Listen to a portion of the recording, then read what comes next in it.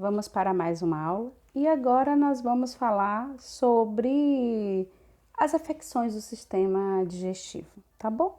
Vamos falar um pouquinho das funções do sistema digestivo, mastigação e deglutição. Então a gente mastiga, engole na boca a amilase salivar, né, que forma a saliva e ela quebra o amido. Então a primeira digestão começa pela boca. O estômago, ele produz uma secreção gástrica que tem água, ácido clorídrico, pespina, gastrina e eletrólitos. Quebra partículas de alimento em moléculas para digestão. Pepsina, digestão de proteína, fator intrínseco, combina com a vitamina B12 para fazer o quê? Não permitir a anemia perniciosa, tá bom? Olá, boca, glândulas salivares, esôfago, estômago, o pâncreas que produz o suco pancreático, o fígado que tem a vesícula biliar que produz a bile, o intestino delgado e o intestino grosso. Intestino delgado. Finalização da digestão alimentar, ocorre a maior parte da absorção dos nutrientes, a ação de numerosas enzimas pancreáticas e intestinais, por exemplo, tripsina, lipase, amilase, lactase, maltase e sucrase. E da bile. Absorção. Duodeno, ferro e cálcio. Jejum, ele absorve lipídios, proteínas, carboidratos, sódio, cloreto, vitaminas e minerais. E no ilho, a vitamina B12. O intestino grosso. O seco, e colo ascendente absorvem água e eletrólitos. O reto, ele acumula as fezes para eliminação. Vamos para a primeira afecção, estomatite. Estomatite é uma inflamação e ruptura da mucosa oral, devido a várias causas, podendo ser localizado do lado interno do lábio, bochecha ou língua. Causas da estomatite: agentes tóxicos, vírus, HIV, herpes simples, fungos, Candida albicans, trauma mecânico, produtos irritantes, creme dental, enxaguante bucal muito forte, estresse emocional ou mental, fatores hormonais, alergias, sucos e alimentos ácidos, deficiências nutricionais. Grupos de risco: tabagistas, clientes que realizam quimioterapia e radioterapia, clientes que fazem uso de colutórios ou pasta de dente muito forte, escova dental muito dura, clientes com deficiência de vitamina B, clientes com infecção virais, clientes com estresse, clientes com alergia. Próprio que cliente, porque sabe que desde um tempinho aí não é mais paciente, é cliente, porque paciente é passivo a qualquer coisa. Manifestações clínicas: herpética aguda, vesículas pequenas e claras em erupção únicas ou múltiplas, precedida de dor de garganta, cefaleia, náuseas, vômitos e mal-estar, geral em torno de 1 semana. Candidíase, placas brancas elevadas e úlceras podendo se espalhar por outras áreas do trato gastrointestinal, pele ou sistema respiratório. Afitose, lesão bem circunscrita, centro branco com anel avermelhado na periferia. Complicações: dor relacionada à lesão, nutrição inadequada, porque a pessoa não consegue se alimentar. Prevenção: higiene oral adequada, evitar tabaco, colutórios fortes e alimentos ácidos. Assistência: prestar cuidados com qualidade, conhecer as abordagens terapêuticas como nistastina, bochechar e engolir, minimizar a ansiedade do cliente e dos familiares, garantir a ingesta alimentar e hídrica adequada, minimizar a dor e o desconforto, analgésicos tópicos e sistêmicos, e higiene bucal, estimular o cliente a realizar no caso de o mesmo estar impossibilitado, escovar os dentes, passar o fio dental e massagear a gengiva. Cuidados relacionados ao registro: anotar sinais e sintomas, as queixas, a terapêutica instituída, os controles dos sinais vitais, a ingestão alimentar e intercorrências, tem melena, hematêmese ou enterorragia. Ok? Úlcera péptica. A úlcera é uma escavação que se forma na mucosa do estômago, duodeno ou do esôfago, por evolução de uma gastrite, duodenite ou esofagite. Condições especiais. É relacionada à infecção por H. pylori e é responsável por mais de 95% dos casos de úlcera duodenal e 80% dos portadores de úlcera gástrica. Pode ocorrer de 5 a 10% da população, sendo as úlceras duodenais 3 vezes mais comuns do que as úlceras gástricas. 30 a 40% das pessoas com úlcera péptica têm história familiar. A maior incidência das úlceras duodenais ocorre de 25 a 50 anos de idade. Maior incidência das úlceras gástricas é acima dos 50 anos. As úlceras pépticas estomacais podem ocorrer sem secreção ácida excessiva. A confirmação diagnóstica é realizada principalmente através da endoscopia digestiva alta. 50% das pessoas com úlcera péptica são assintomáticas. A dor é de caráter periódico, podendo durar vários dias ou semanas, desaparecendo a seguir por várias semanas ou meses, e reaparece meses ou anos depois. Grupo de risco: predisposição genética, alcoólatras e tabagistas, tipo sanguíneo O, níveis de ácido gástrico e gastrinas séricas alteradas, uso contínuo de aspirina e anti-inflamatórios não esteroidais.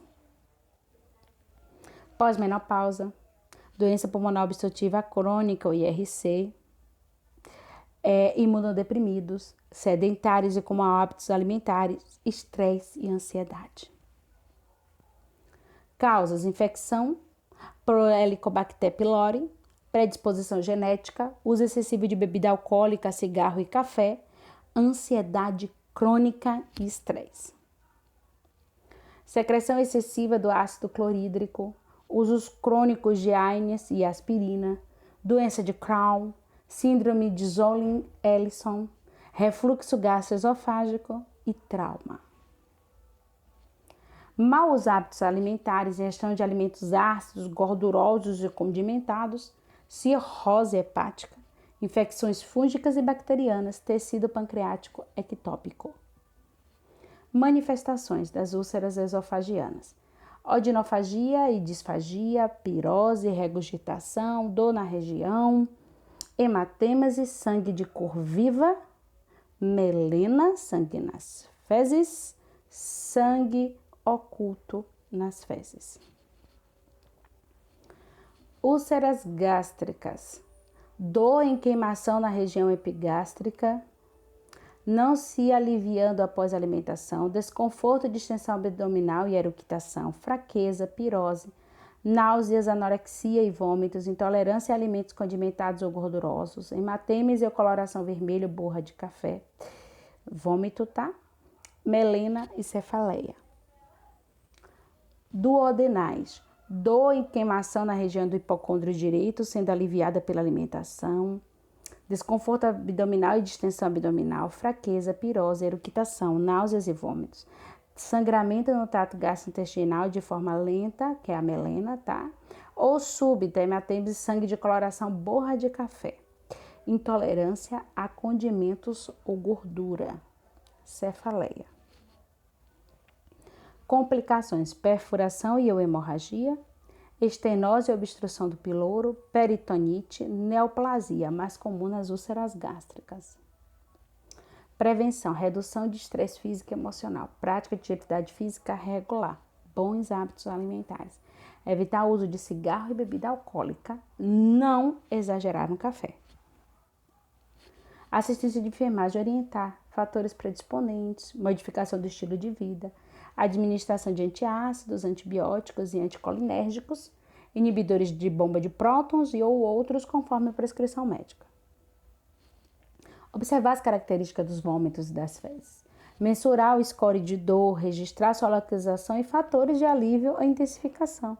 Oferecer a dieta fracionada, leve, líquida a pastosa, de acordo com a aceitação e tolerância do cliente. Promover ambiente tranquilo. Minimizar os condicionantes de estresse para o cliente.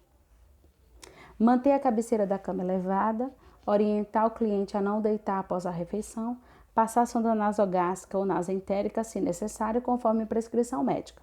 promovendo cuidados com a manutenção da sonda e com a infusão da dieta. Ações frente a intercorrências. Comunicar ao médico a presença de dor persistente após medicação, ou melena e hematese, sinais de choque, taquicardia, hipertensão arterial, queda do nível de saturação de O2, taquipneia, oligúria, palidez cutânea e cianose periférica. Sinais de peritonite, dor abdominal intensa e súbita com irradiação para o ombro direito. Abdômen rígido, vômitos, hipotensão arterial e taquicardia. Cuidados no registro. Manifestações clínicas, queixas, sinais e sintomas, terapêutica instituída, score da dor, sinais vitais. Intervenções que aliviam ou causam dor e intercorrências. A doença de Crohn é uma doença intestinal inflamatória crônica que se estende por toda a espessura da mucosa intestinal. É também conhecida como enterite regional ou colite granulomatosa. Mais comum na porção distal do íleo e do colo ascendente. O estresse emocional pode provocar alteração na motilidade intestinal e no tempo do trânsito. A prevalência é maior em ambos os sexos, a idade entre 20 e 40 anos, clientes jovens e economicamente ativos. O aumento da incidência pode estar associado a hábitos alimentares e tabagismo. Acarreta alta morbidade. Não é clínico ou cirurgicamente curável. E sua história clínica é marcada por agudizações e remissões, de difícil diagnóstico. Grupos de risco: adolescentes e adultos entre 10 e 30 anos de idade, mulheres e tabagistas. Manifestações clínicas: dor abdominal em quadrante inferior direito, dor de tipo cólica após as refeições, diarreia crônica, hipersensibilidade abdominal, espasmo, perda de peso, anorexia, anemia secundária e deficiência nutricional. Obstrução intestinal, abscessos intraabdominais e anais, febre, leucocitose, edema, febre, esteatorreia. Complicações: obstrução de estenose do intestino, hidronefrite à direita, nefrolitíase, colelitíase, artralgia, doença perianal, desnutrição por má absorção, fístulas, abscessos e fissuras intestinais, neoplasias, sangramento maciço. Intervenções: oferecer uma dieta hipercalórica, hiperproteica com baixo resíduo, pequenas e frequentes para satisfazer as necessidades nutricionais, reduzir a inflamação e controlar a dor e a diarreia, infundir soluções isotônicas endovenosas e oral para hidratação, realizando sempre o balanço hídrico e pesar o cliente diariamente. Administrar hemocomponentes e medicamentos como analgésicos, antidiarreicos, antiperistálticos, anti-inflamatórios, corticoides para quê? Promovendo repouso, reduzir a ansiedade, estimular medidas de enfrentamento, aplicar terapia tópica em região perianal, estimular o autocuidado, estimular a cessação do tabagismo e realizar os cuidados com a colostomia se presente. Ações frente a intercorrências: comunicar ao médico a presença de dor persistente pós-medicação, melena e hematêmese, sinais de choque, sinais de peritonite. Cuidados relacionados ao registro: frequência e característica das fezes. Temos que anotar e observar. Manifestações clínicas, queixas, procedimentos realizados, terapêutica instituída, sinais vitais. Intervenções que aliviam ou causam dor. Intercorrências, melena e hematêmese. Colite ulcerativa. Doença intestinal inflamatória e ulcerativa crônica do cólon e do reto. Compromete o reto-sigmoide, estendendo-se por todo o cólon. É de causa desconhecida devido a fatores infecciosos, psicossomáticos, autoimúnicos, alérgicos e nutricionais. O processo inflamatório tem origem sempre no reto, que é a porção do intestino grosso logo acima do ânus e pode progredir para outros segmentos do intestino. Quando somente o reto é afetado, é chamado de retrite. Quando todo o intestino grosso é afetado, a forma é designada de colite, tá? Ocorre nas camadas da mucosa e submucosa do cólon e reto. Afeta indivíduos jovens, comumente a partir dos 15 anos de idade. Afeta homens e mulheres na mesma proporção. História familiar, risco aumentado em até 20%, 10 a 15% dos clientes desenvolvem carcinoma de colo. Classificação de branda, grave e fulminante. Caracteriza por múltiplas ulcerações, inflamações difusas, descamação ou desprendimento do epitélio do colo. Evolução clínica com exacerbações e remissões. Grupo de risco: judeus, idades entre 15 a 35 anos e mulheres. Interessante, judeus, né? Manifestações clínicas variam de acordo com a gravidade. Diarreia, 10 a 20 evacuações, podendo conter pus, sangue e muco. Do abdominal e hipersensibilidade em quadrante inferior esquerdo. Tenesmo intermitente, sangramento retal, anorexia e perda de peso. Febre, vômito e desidratação, lesões cutâneas e oculares, palidez, extraintestinais, uveíte, artrite, doença hepática, taquicardia, hipertensão, taquipneia, cólica, hipocalcemia e anemia. Complicações: megalocólon tóxico, perfuração, peritonite, pielonefrite, nefrolitíase, câncer de colo, estenoses cicatriciais, abscessos peritoneais. Então só piora. Colangiocarcinoma, artrite, rinite, eritoma nodoso, desnutrição e desidratação grave e fístulas. Vai de uma ladeira abaixo. Intervenções: oferecer dieta hipercalórica e não entendam hipercalórica e gordurosa. A gente tem que ter uma dieta com nível de caloria alto. Caloria não quer dizer gordura, tá bom? Hiperproteica com baixo resíduo e com a terapia de suplementação de vitaminas e de ferro, tá? Conforme prescrição médica. Para satisfazer as necessidades nutricionais, reduzir a inflamação e controlar a dor e a diarreia. Infundir soluções isotônicas endovenosas e via oral para hidratação, conforme prescrição médica. E realizar o balanço hídrico e pesar o cliente diariamente. Promover repouso, reduzir a ansiedade. Administrar hemocomponentes, medicamentos como analgésicos, antidiarreicos, antiperistálticos, anti-inflamatórios e corticoides, conforme prescrição médica. Isso é básico. Estimular medidas de enfrentamento, aplicar terapia tópica em região perianal, estimular o autocuidado e realizar os cuidados com colostomia se presente. Ações frente a intercorrências: comunicar ao médico a presença de dor persistente pós-medicação, melena e hematese, sinais de choque e peritonite. Tá? Aí é uma tabela da comparação entre enterite regional e colite ulcerativa, tá? De acordo com a localização. Tá? Infelizmente tem uma parte genética nisso aí.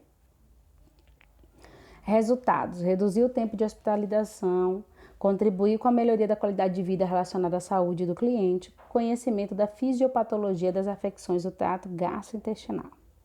A enfermagem vai além de procedimentos técnicos, de terapia medicamentosa. É a arte de cuidar, do toque, de um simples gesto de carinho. É uma forma de humanizar, colocando sempre no lugar do próximo, mas sem perder sua própria essência. Não somos médicos, somos enfermeiros. Temos a arte do cuidar, não de medicar. Nós administramos a medicação, não prescrevemos, tá bom? Muito obrigada e bons estudos para vocês. Como sempre, leia a apostila.